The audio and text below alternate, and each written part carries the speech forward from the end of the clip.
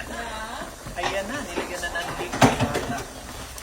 At idinagdag na ang Maraming gulay. maraming spinach. Kinati namin kanina at ubod ang dami.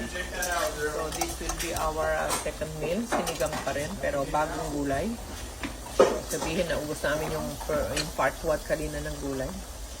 At ngayon nagtira kami ng kalahati. Ayan, yan naman para sa second meal. So, siyempre, parang basal na naman yan. O, di ba? Sarap. Pero yung pa rin yung sinigang kanina. Oho. Yan pa rin yung karne. Oho, yan pa rin ang karne. Kaya matipid.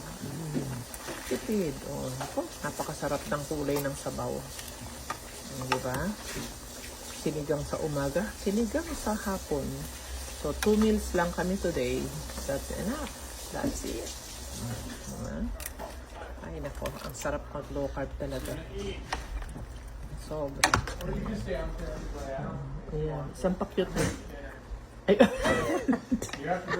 Agi. Biglang Yung gali. padila-dila pa. Ano ba yun? Biglang gali. So, yan na ang aming second meal. As simple as that. Huwag tatakpan kasi maluluray. Halo lang. Hininaan ko yung apoy bata.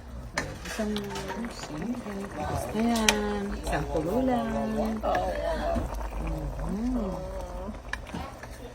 Yummy. Pang maganda. Oh, so pretty. Ayun na.